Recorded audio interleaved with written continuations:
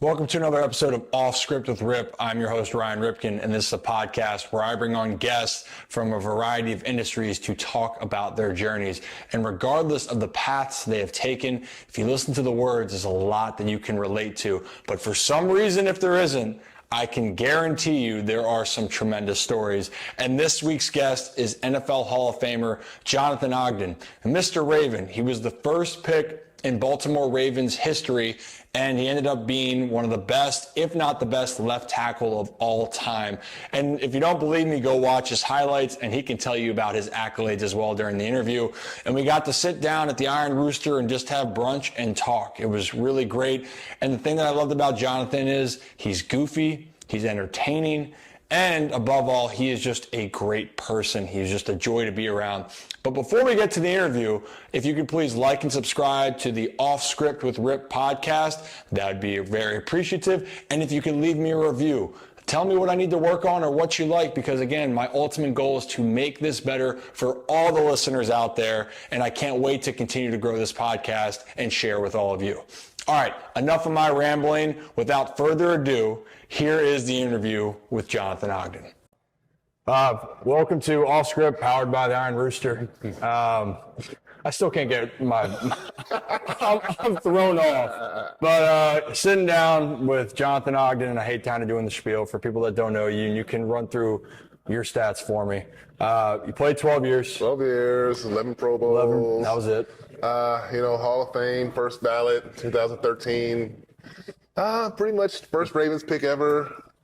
Pretty much Mr. Raven, sort of, kind of. Cool. Mr. Raven, sort of, kind of. Well, good. That's all we're actually doing with that. Before Ray Lewis. That's what I tell him. Well, you know what? It's going to be funny because we're bringing up the 96 draft later with it. But, yeah, I'm glad we could do it because, look, I love Eden. It's a way to just relax and talk about whatever we want to talk about. God, 96. I know. I'm so old. So long ago. No, yeah. Well, I mean, it's 28 years. 28 years ago. I'm 27. Yeah, 27 years ago. I was 21 years old when I got drafted. I'm 48 years old. I'll be 49 soon. Time just moves. It's amazing how long this team has been in this town. It doesn't seem that long ago, but then, boom, it's 27 years ago. And you're like, wow. Well, yeah, so for people that might not know, you were a D.C. native. Yes, born and raised Washington, D.C. St. Albans. Now I'm a D.C. native. Moved down there. Washingtonian, yes. Northeast, yes, right? But Northeast. Way different. So I'm in Trinidad. That's why I was trying to ask. Okay. Were you aware of where Trinidad is, or was that not a neighborhood back then? That was a neighborhood back then. Good. Yeah. All right. So I'm there now, trying to make the commute up. And just trying to get used to everything with Baltimore. But I mean, you're used to it. You go out to college out in UCLA. Yep. But you come back. I guess I never even thought about this then. Would you have wanted to play for Washington? You know what? Like maybe.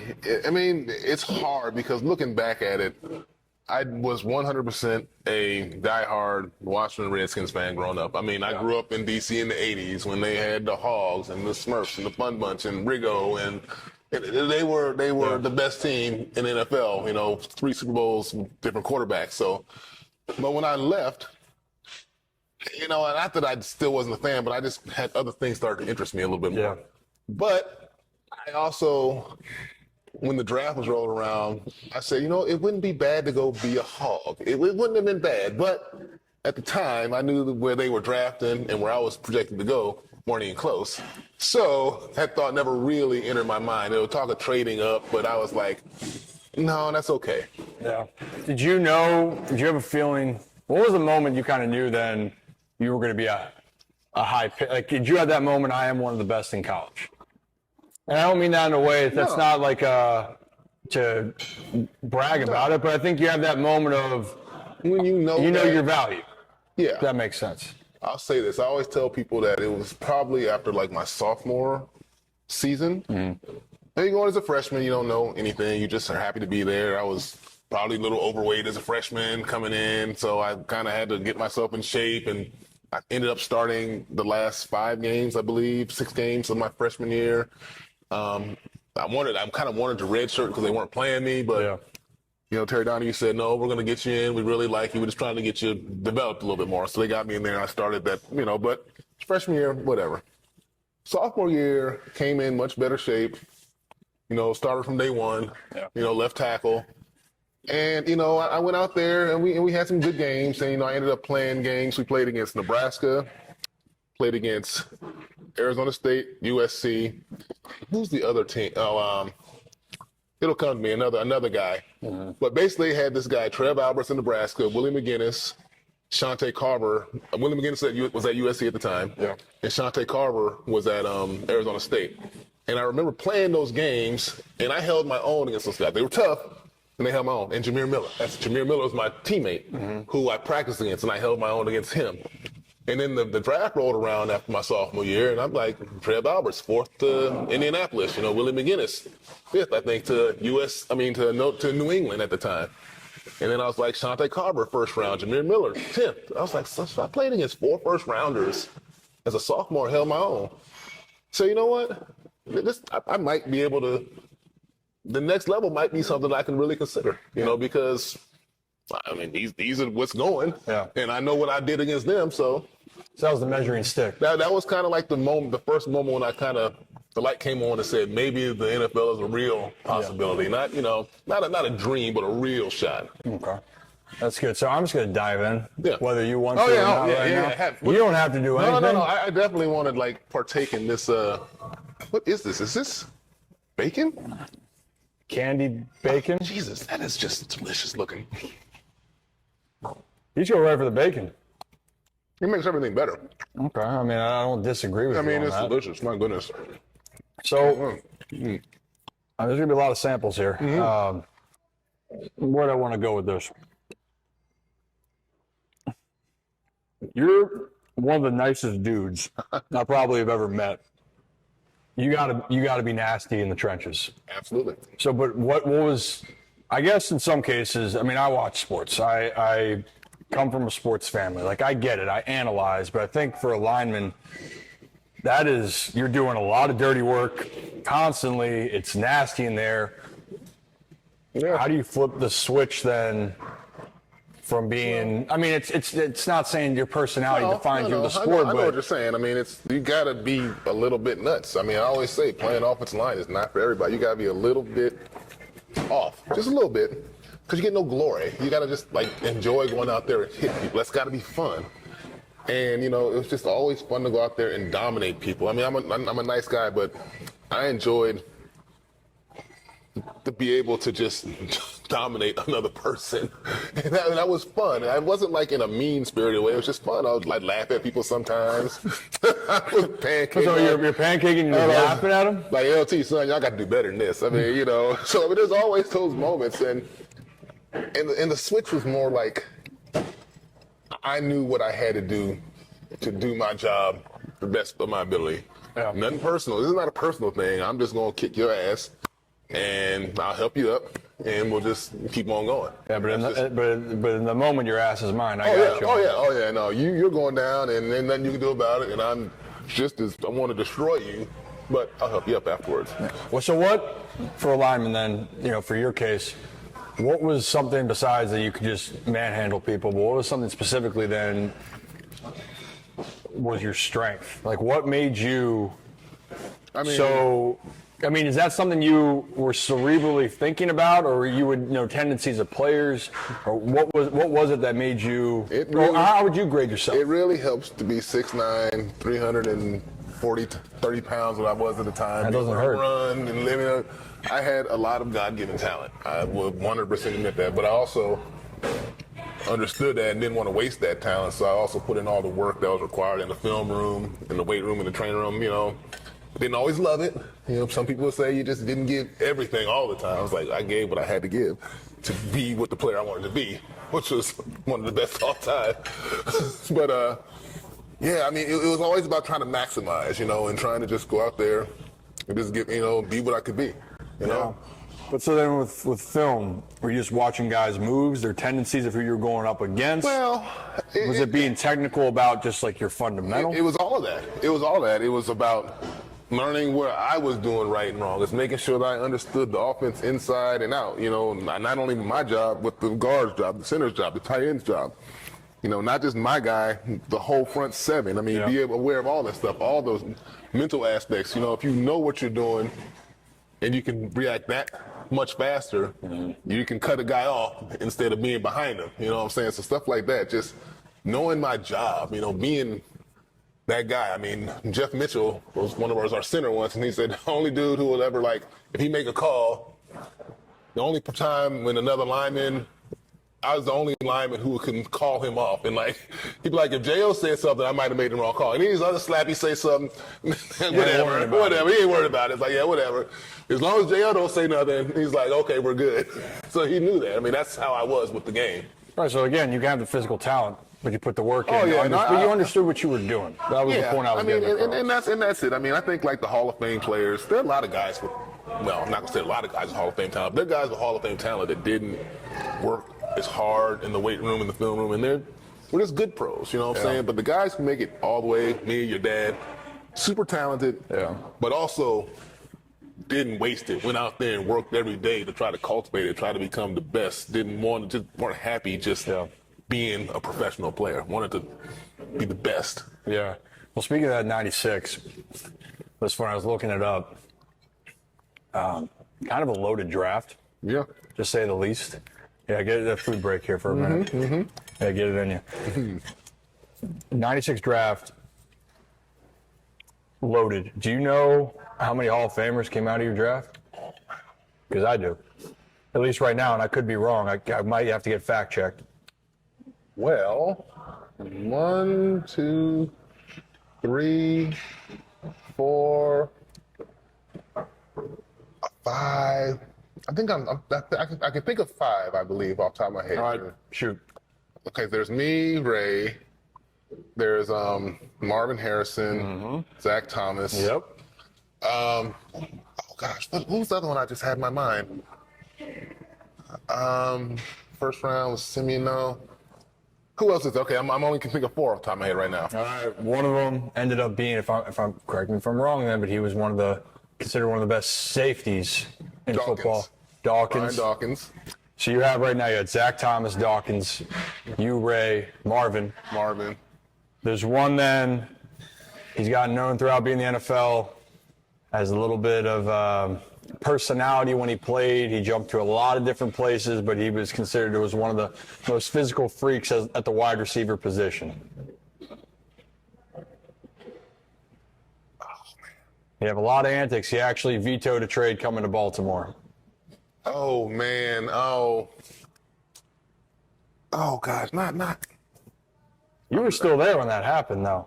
T.O. There you go. T.O. Yes, 3rd rounder, T.O. Yeah. His craziness. His antics galore. Yeah. I was trying to put that lightly. Yes. I mean, talented as shit. Oh, really super, could play. Unbelievable talent. Unbelievable. Yes. But he was one of them. Then the other one that's not drafted, but will probably be a Hall of Famer, was Adam Vinatieri. Right. Okay. Always a chance. Yeah. So you had that counted with all that. But I guess kind of a fun part.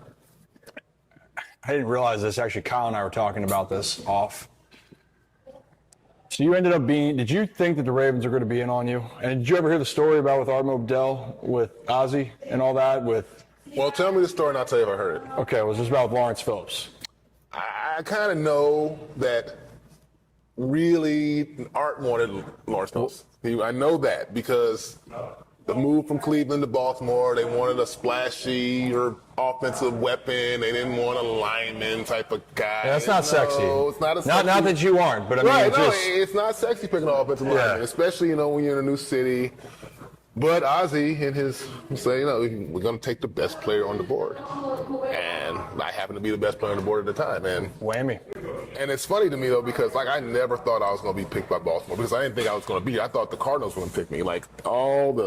My agent, freaking the Mel Kipers of the world. There were no Todd McShays, but all the draft people of the world were like, he's going to the Arizona Cardinals, and I just remember being in the draft room, and Keyshawn Johnson, first pick. Okay, fine. We knew that was going to happen. Yep. Kevin Hardy, 2nd pick to the Jacksonville Jaguars. Okay, yeah, cool. 3rd pick, Arizona Cardinals on the clock. Okay. Ready to go. Phone rings in the green room. Guy picks it up. He looks, I'm like, about stand up. He's like, Simeon Rice. I'm like, sit back down. Okay, let me just lean on back in this chair right here a little bit. It's okay. But, and it's so funny because, you know, like I said, everybody thought I was going there. And I didn't think the Ravens really needed me because they had Tony Jones, a good left tackle, Orlando Brown. They had a pretty solid offensive line. So, but and the late Jim Fossil he used to tell the story because Jim was a member at my golf club in Vegas and a coach here for a couple years. And he was with the Cardinals at the time. Yeah. He said the night before the draft, you know, they had an organizational meeting. Okay, we're going to take Jonathan Ogden. We're going to take Jonathan Ogden. And he said he went home and got a call later on that night, and the owners said, we're going to go with Simeon Rice. And he was like, what? and so like Jim was so crushed because he really wanted me to come there to play for him as a Cardinal. But yeah, he was like, yeah, I was hurt by that one, JL. I was like, I'm sorry, man. I wanted to be there. But, you know, and then it all worked out well because I love playing in Baltimore. I love being close enough to D.C. where my family could come to every game easily, but also an hour away, so you couldn't just pop in for like, you know, hey, how you doing? Oh, hey, I'm here. Like, did you call? You know, so it was really perfect though. Yeah, you know, because looking back on it, and then maybe I'm getting all this. I'm not philosophical, by the way, at all. But your selection then, so Phillips, wow, that could have gone a really bad way. It really could have. If that was the way that the Ravens went. But your pick, and I was embodied what the Ravens have done for the 27 years, 28 years they've been an organization. Yep. It started with you where, hey, they hit right, but also their value of being dominant in the trenches, winning at the line of scrimmage. I mean, is that a coincidence that the first pick ever is the same way the team is drafted or thought about for? Probably a coincidence a little bit, but I mean, again, you take the best player on the board. You take the guy who you think grades the highest, who you think can help your team the most. Even if it's not quite a position of need, you know, you'd rather go get that guy who you think could be a potential Pro Bowler, but you had a position that you kind of have a good player, then get a guy who it's a position of need, but really isn't quite what you want, you know, but he feels a need, but where's that going to take you in 2 years, 3 years? Yeah. You kind of have to plan for that. You can't just plan for this year because that guy probably ain't going to help you that year anyway. Yeah. I'm going to take a food break for a second. Take a food break. This is, damn, Kyle. This is good. Oh, yeah, you're good. Hanging out. Hey, you like those things. Yeah, the bacon. I told you, man, it's hard to go wrong with bacon. It really is. Hey, you can't mess up with that. It's really difficult. You know, turkey bacon, maybe you'll mess it up, but, you know. How'd you eat this, though? Carefully. Like corn on the cob kind of. No, you do that so damn easily. Never know. How do you get it on the stick? That's a great question. We could have a play-by-play of how that actually happened. So, when you then were playing, when you were playing, was that something you were okay with? As far as, I think it's like I don't say a hot topic, but every year we see a team goes, well, we were like, we're this player away from being this good of a team. And in some cases, they force it. They force the pick because it's a necessity rather than taking someone they know is going to fit in. And we could even talk about it, I mean, stick locally with Baltimore. Hamilton obviously was probably high on the draft. Right. Kyle Hamilton, I'm talking about. Was that a need for the Ravens after of what they were going into that season? Right. So I guess for you, did that ever affect you? Because I know others, I'll say this. Early in the season, I was like, I don't know. But he showed a lot of progress. He showed that stick-to-itiveness to continue to improve, and he really showed me something at the end of the season. Yeah. And I'm looking forward to seeing him continue to progress as a player. And I'm glad we drafted him now because, again, you know, a good player is going to get on the field and make some plays. Yeah.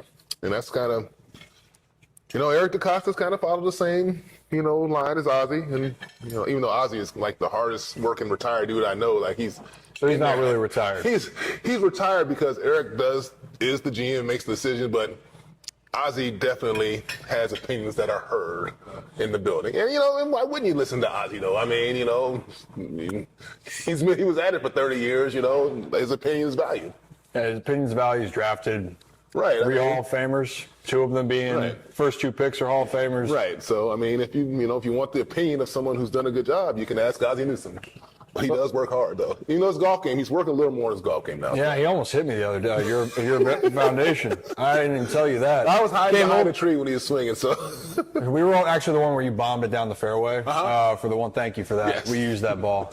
It didn't help us with the overall score, though. When they shoot 50 Who to win. shoots 23 under? I don't know. Don't even get me started on that one. There's no way. I don't mean this in a way. There's 18 holes. I know it's scrambled, but holy shirts and pants. There's no way that happened. Anyway, Ozzie hit a ball right near us on the same one that you bombed it down the fairway. Yeah, Woodhome's a little tricky sometimes. And so anyway, what I was going with, though, when you were playing, though, was that something, I know we're talking about organization, Ravens to Kyle Hampton, but when you actually played, and there was a time, for instance, you know, like the whole going with Bowler, the Ravens were trying, everyone knew the Ravens wanted a quarterback at that point. But again, I'm not saying about forcing it, but I mean, for you as a player, were you guys like, we need this type of guy, or is it just, were you okay with, hey, I trust that they're going to bring the best guy? I always trusted that they were going to do their due diligence and do what they thought was the best player on the board. I'm not sure that quarterbacks are a little different. Yeah. Because sometimes if you need a quarterback, you kind of will reach for one. I think Kyle Bowler was a little bit of a reach, but I think they saw the other things that were available, and they just kind of just say, you know, we think he's good enough, and we'll go out on a limb a little bit more than we normally do. And not to say that Kyle Bowler was a bad quarterback. No. I always say this about Kyle Bowler, man. He was one of my favorite quarterbacks to play with because he cared. He gave a crap. You know what I'm saying? Yeah. He went out there, he busted his butt. It's not his fault. He just couldn't quite process things fast enough all the time. You know, not everyone can do it. Oh. But it wasn't for lack of effort and lack of heart. And we've had plenty of quarterbacks who lacked heart. So I'll never fault a man who goes out there and gives it his all. I'm the same way, you know, and maybe that's from being involved in professional sports. It drives me nuts that, and I get it, people are passionate about the sport, they're passionate about teams that they love. But to say someone like, oh, they suck, they don't care, when they literally are doing everything that they're trying to do, and it's just not working out. It's not by a habit of they're not trying to go out there and mess shit up. They're not. No, exactly. But it doesn't. But I think people also look at them as players get viewed as how you are as a player. Sometimes is how you're viewed as a person off of it. Right. And so it felt like then people are attacking the person, right? And that exactly. Well, for you again, like you were nasty on the field and laugh at people's face when you pancake them and whatever you did. But then people got to see you off the field, but it also helped. You were a great player. Yeah. You know, love what my dad did. For him playing and being a really good player, that also helped his persona off the field, regardless of the individual who he is. Right. But guys that don't play well, you get roasted. You can be a great guy and not, but if you don't play well, people are going to have a perception that's bad of you, or vice versa. You can be kind of a dick. But you can be a great player, but a dick, and people might love you. Sure, but the thing about even this is the case that's polarizing in this day and age. Lamar Jackson, and it was just because of a contract negotiation, and because he's representing himself, you are split, and people are roasting Lamar, people are roasting DaCosta, people are roasting the Ravens organization, and you're going and they're personal shots at them too. And that's my type of thing. But also where I was getting to, if you're in the NFL and you make it, you're a professional athlete, you make it, you're good. Yeah. You're really freaking good. No, you're a great player. You're great, but then to stay. It's so hard to make it. It just really is. Yeah. I mean, it's just, so yeah. I mean, like my brother, you know, he was, he's about 6'5" and a half. He weighed about 300 pounds coming out of college, 305, and he got drafted in the 6th round by Jacksonville, and he had 4.5, 5 years. He was kind of on practice squads, but he just wasn't quite good enough. And I felt so bad because he was in camp with the Ravens, and they let him go, and that hurt me and him. But I mean, it's the business. It is the way the business goes. So you never took it that personally? No, because I know it's a business. I mean, I get it. I mean, I saw. I remember, like, the first time you're in training camp and you come in there with 80 guys and 30 of them get cut, you're like, wow, that's terrible. But then by year 8, 9, you're like, Yeah, he won't be here. He won't be here. That guy won't be here because it's just part of the business. Yeah. It just is what it is. So did you feel like I understood growing up like how it kind of worked, but until you actually get into it, Right. and for me it still was. I'm still kind of green to the whole concept, and you're going, okay, well you're gone. Like you're gone. Mm-hmm. You're like, oh shit, things were changed that quickly. Did you have that same thing going in, or? Well, as far as like you mean like the way a team, the way the team constructed and how that business No, went. I mean, yeah, every year. I mean, Brian Billick was like, look, this is the last time you're ever going to play with this team right here because there's going to be new people all over this team next year. And it's right. I mean, there's always turnover, the line room changed, the court. I mean, everyone's always changing. I mean, but it's we're all Ravens. We're all trying to get to that same goal. So that's kind of what the glue. But yeah, I mean, that's just part of the way professional sports go. I mean, and then but then the other people go to other teams and they are what they are. But you're Ravens, and you're also trying to establish your career. Absolutely. We're trying to make money for our families. We're trying to be professionals. We're trying to do the best we can. I mean, we're cutthroat I'm trying to not let you take my job. That's it. Well, we're teammates, but you're not going to get my job. But isn't that? I think I realized that after the fact. In college is really when after college things change, because still then in college, you're all on scholarship, you're all. But you have the scholarship, but also you're still thinking about winning. Well, yeah, absolutely. But and then when you get in the pros, it's about winning. The fan bases love it. And that's what you want to ultimately do. But you're sitting there going, well, if I suck ass. I always found my livelihood for myself, my family is on the line. Yeah, absolutely. Absolutely. And you want to win a Super Bowl. Like, I know you winning in 2000, probably one of the best moments of your professional football career. Absolutely. But at the same time, if you were terrible for the 3 or 4 years. Yeah, and I was out of a job, that would suck. Yeah. I mean, I always tell people, I say college football was probably the most fun I ever had. High school football was fun, but it was high school, But college, you're in college, you got your boys, you do all the stuff. And like you said, it's still to win, and you're a team. No one's getting cut. Yeah. It's not it's a business. College football is a business, but not like professional football. No. So it was most enjoyable. We really, plus with your boys in college, do everything together. You live together. You eat together, you chase the same women. You do all that stuff that you do in college together. And so when you play football together, it's your boys. And the pros are more your business workers, more so. I mean, you got your boys too, but it's just more so. You're going through you're going through life. You're going through figuring out shit at that age, right? Guys and. All trying to figure the same stuff out. Exactly. Or chasing the same women, who knows? Right. I mean, you're just living, Let's go to this bar. Let's go to this club. We got class together. Let's go to study hall. Whatever we got to do. It's all together. Yeah. All right. I'm food and drink break for a sec. Yeah, get it in you. Mm-hmm. Little pancake. Do you want some syrup with that? No, you don't like that? Well, I will. I mean, You like it dry? It's kind of like a rib. If it needs barbecue sauce, it's not really a great rib. Like if a pancake needs syrup, not really a great pancake. That might floor some people, but I kind of agree with you. If the quality of the pancake or the rib isn't that good, then you don't need to mask it. But I don't know. But the thing is, I'm not okay. Bad pancakes. If I'm hungry and I'm eating a bad pancake, I will have syrup on it. But if I can find a good pancake, I prefer a good pancake with no syrup. Tastes better to me than a bad pancake with syrup. And it tastes better to me with a good pancake with syrup than it tastes as good to me. Syrup is like A1. It helps mask. But you wouldn't put A1 on like a good steak? You know what? I just learned that myself. Salt and pepper just for steak. That's it. Oh my, game changer if it's really good. So that's it. If it's a good piece of meat, that's all you need. All right. So I was thinking about your not transitioning out of sports. We talked a lot about guys trying to stay. If you're good enough to make it, you have to be good enough to make it to the level. And then the other part of it is to be great, you got to find a way to adjust. The other part of it is staying healthy. Mm-hmm. Absolutely. Turf toe ended your career. And I mean, yeah. But I mean, you did what you did. Right. I'm thankful that I got the good 11 years in before the turf toe kicked in. So, but the longevity of it, I guess, in that case, how are you able to sport? I mean, the game's different now than it was even then. I Where could it's have played even 17 more years today, in today's day and age. You think so? Well, because there's just they've taken a lot of the physicalness out of practice. Yeah. I mean, they don't practice in pads that often. We practice in pads. The first years with Ted Marchibroda, it was like 2 weeks straight, full pads. Then Brian Billick came and it became more sensible. He was like, work smarter, not harder.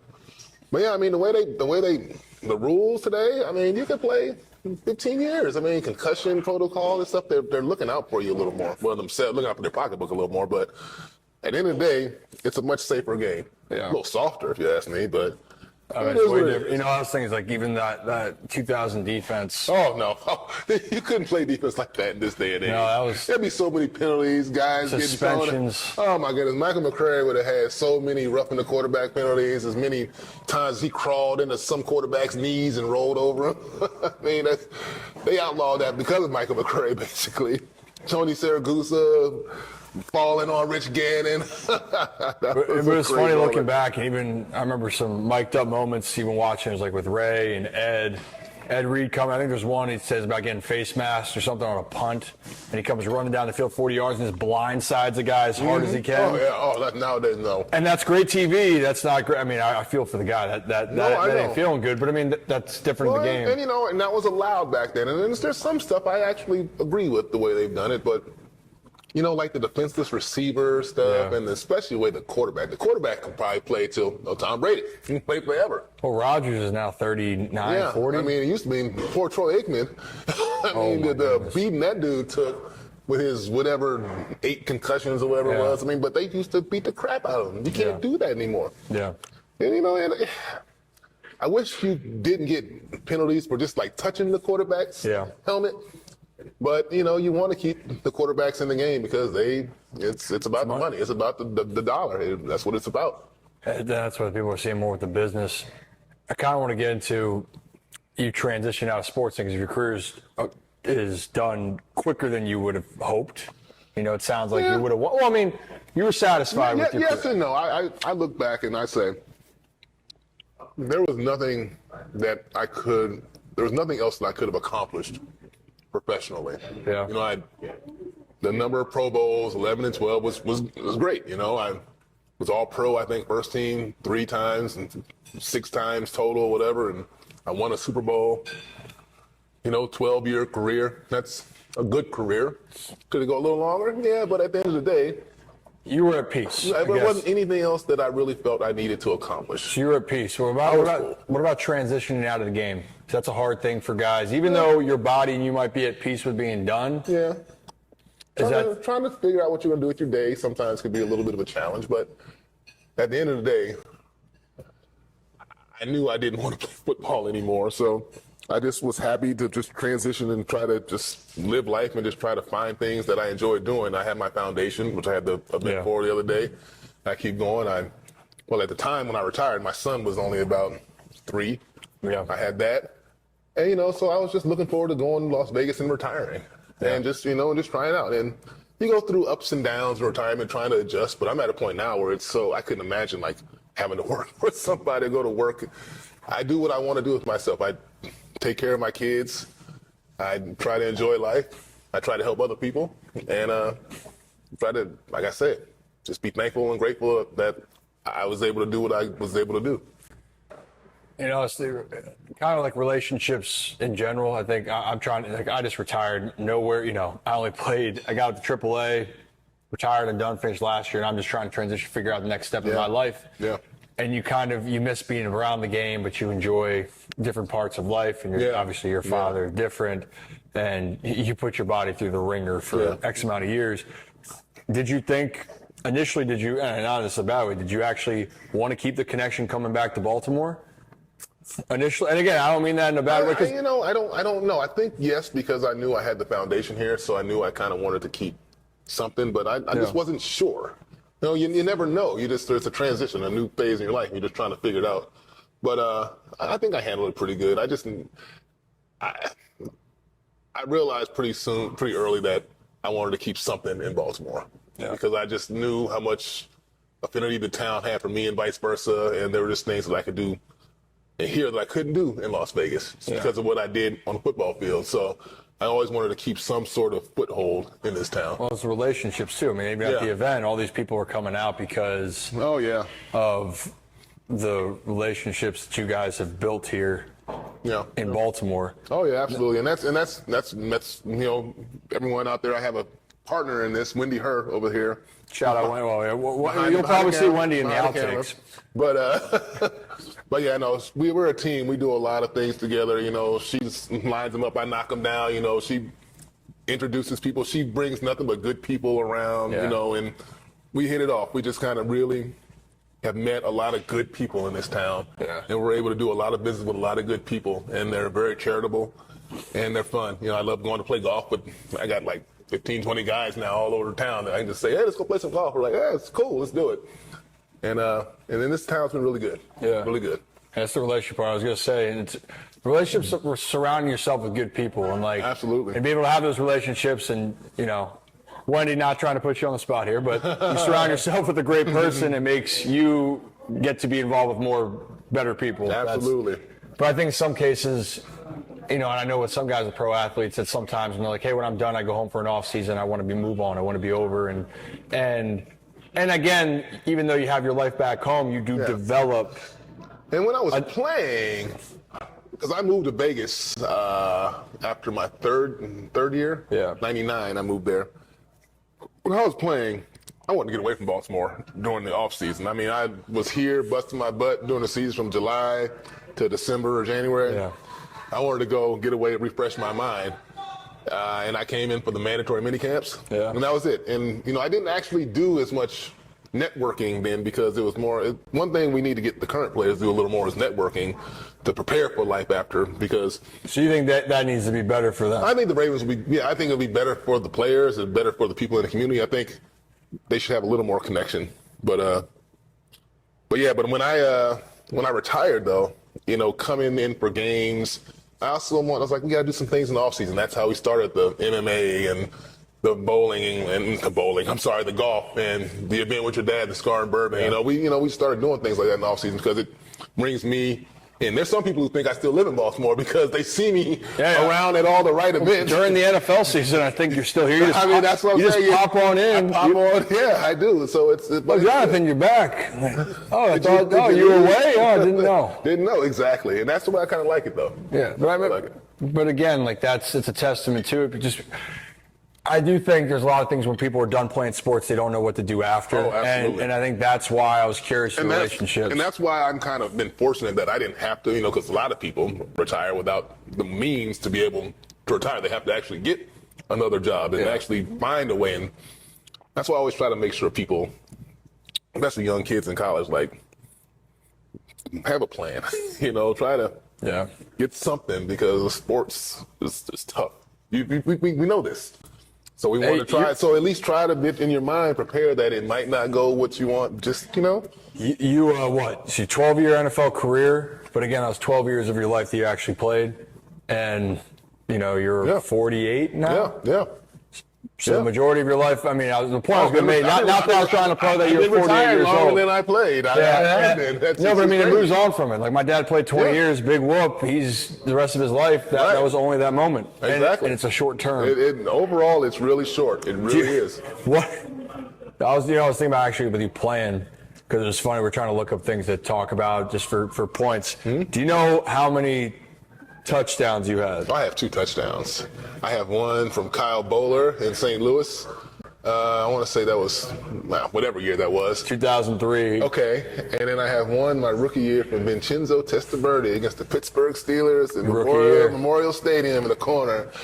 I remember I ran into the corner, caught the ball, and I didn't know what to do with it, so I kind of held it up like this. Just kind of held it. Didn't do nothing. Is there a good photo of that somewhere? There's got to be. There's got to be. In the TV copy, it's very clear because I look like. You just hold it up? I don't know what to do with this. You don't know what to do with your hands. You don't know how to celebrate. I'm like Ricky Bobby. I don't know what to do with my hands, But the second one, I was prepared. I had a little slam. You actually kind of flex. You kind of got off the line pretty quick. Oh yeah, I was analyzing your footwork and your speed. I was like, there's no way he can get me, dude. Because I was like, I'm selling the run. Boom to the corner. I was like, he's behind me. I got this.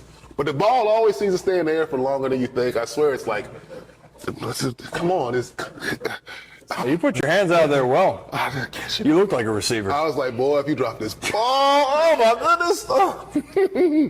But no, see, I always told him, I said, players make plays, so that's why y'all got to get me out there and let me go make a play.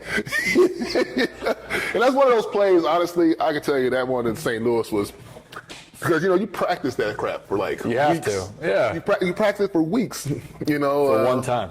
And, you never think it's going to get called. So, I mean, we must been practicing that play for like 4 or 5 weeks. Kick left, JO corner, I think is what they called it. And, like, it was only for like third down or second down. Whatever down it was for. It was only running on that one. So I remember, like, yeah, whatever, they'll call this shit. So we get down to St. Louis, and then we run first down, and we get stuck. And I think it was the second down play. Because I was like, standing there in the corner, like, are they going to call this shit right now? So I remember thinking that. I was like, and sure enough, Kyle gets it. I see Kyle do like this. And he looks at me like, oh. So I kind of hide it though because you don't want the defense to see what's happening. So it's like kick to your quarter, like oh shit, all right. So, but then it happened like I told you. I said, oh, I'm gonna fool this dude. I'm coming off the ball. Right? Great route. Thank you. All right, man. I better run a good route after all that practice that I did.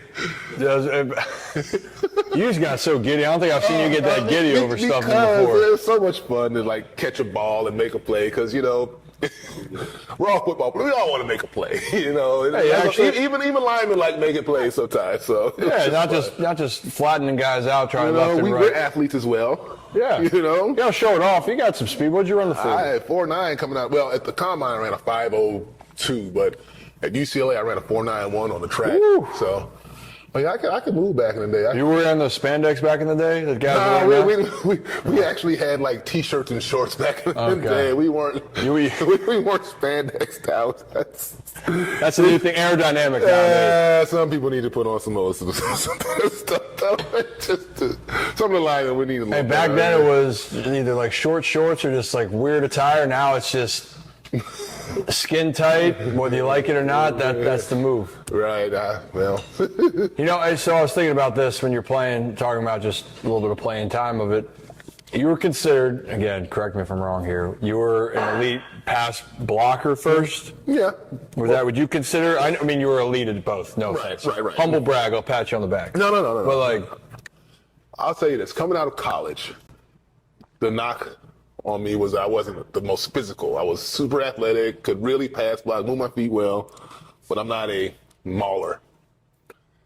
So I get to the league and, I never lose I'm always considered a good pass blocker. But then, I made a concerted effort, especially my rookie year, to really learn how to just try to hit people. And I had some good teachers. I had Steve Everett was our center because I played guard my rookie year. And then I had Wally Williams and Jeff Blackshear, Orlando Brown, and they were like very physical. And they're like, yo, you just got to get a little more. And then just watching them and being around them in the weight room on the field just kind of gave me a little edge that, I was also 21 coming out of college, So, by the time I was 25, I was much more stronger and much more mature and sure. By then, no one wanted to see, especially like me and Evan Mulatalo coming off the ball. There's a reason we ran that ball for 2,000 yards. It wasn't because I was a good pass blocker. That helped, but you guys can maul. You learn how to hit. We could maul, especially considering how bad we were. Sorry, Trent Dilfer. Yeah. At throwing the ball consistently. Yeah. People were geared up to stop our running game. Right. And you know what? We were like, whatever, bring it on. Yeah. We got you. Well, damn. Well, hey, we're gonna wrap up here with a few things. Rapid fire. You do whatever. Perfect. Guy, hardest edge rusher you had to go against? I always tell people there are two. I think that the guy who probably gave me the most problem was Dwight Freeney. You played him on the road in Indianapolis. That spin move was deadly. Yeah. He was a handful. But if I had him here in Baltimore, it wasn't as bad. I always tell people the most talented guy I played against was Derek Thomas. The late, great Derek Thomas could just power, speed, agility. He could beat you with any type of move. So it was one of those where you had to be on top of your game or he could really make you look bad. Oh, those are two great ones. Yeah. Do you have any rituals? Not really. What about that? Did you have food that you have to eat? Since we're here at the Iron Rooster, food you had to eat before a game, or you just would eat anything? I pretty much was a breakfast guy. I was pretty much going to eat an omelet. with some bacon, because you can't go wrong with bacon. No, you can't. Obviously. But You just housed about 3 of those already. you know, they're so delicious. Cayenne and brown sugar, it's amazing. But I will say this. I did wear the same pair of undershorts. They were washed every game. Ed Carroll, Sure. our equipment guy, washed them. I wore them for like the 12 years. Like, I got them from the combine, my rookie, at the combine.